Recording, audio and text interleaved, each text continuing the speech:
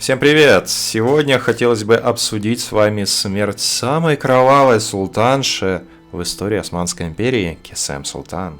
Именно эта женщина могла идти не только по головам своих близких, но и по головам своих родных детей. Как мы всем знаем, женщина была любимой женой Ахмеда I. Благодаря этому союзу на свет появились будущие правители Османской империи, это Мурад Кровавый и Ибрагим Безумный. Сама же Кесем Султан была валиде практически в рассвете женского султаната. Она по праву регента малолетнего султана имела права официально править Османской империей. Видимо, ей это очень понравилось, так как власть свою она отдавать не хотела, несмотря на то, что уже и сам султан вырос и уже сам имеет свой гарем и детей. И более того, уже и внуки есть, а Кесем никак не уходит со своего поста. Наоборот, Кесем укрепляла свои позиции с помощью своих дочерей, которых она легко отдавала замуж за нужных пашей, несмотря на то, что девочки были еще детьми.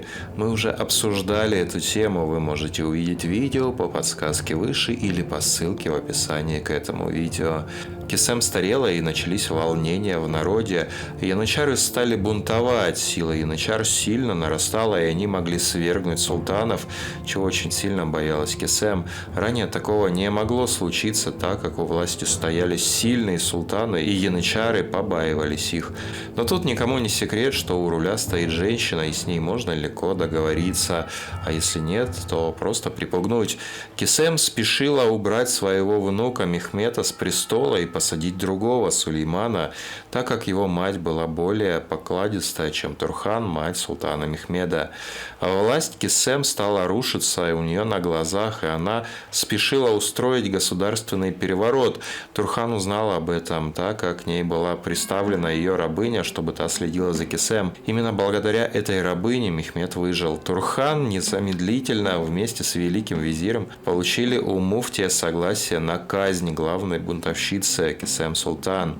Палачи последовали в покое Кесем, чтобы привести казнь к исполнению, но в комнате Кесем сидела старая женщина, которая называла себя Кесем Султан. Она бросилась на палачей, пытаясь их убить кинжалом, но ее быстро скрутили. Сама же Кесем пряталась в собственном шкафу. Конечно же, ее нашли при обыске покоев и увели в гарем. Там султанша и встретила свою смерть. Вот только палачи были без опыта, и Кесем убивали долго. Из-за этого в народе ее прозвали мученицей. Те, кто смог увидеть все это, были в шоке от жестокости. Именно поэтому султаншу решили похоронить с почестями рядом со своим мужем Ахмедом и сыном Мурадом.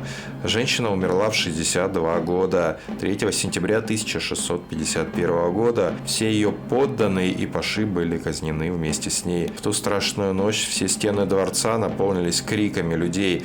Вместе с Кесем ушла целая эпоха. Женский султанат подходил к концу. Турхан не стала второй Кесем. После того, как ее сын окреп и вырос, она передала ему всю власть и отошла от государственных дел.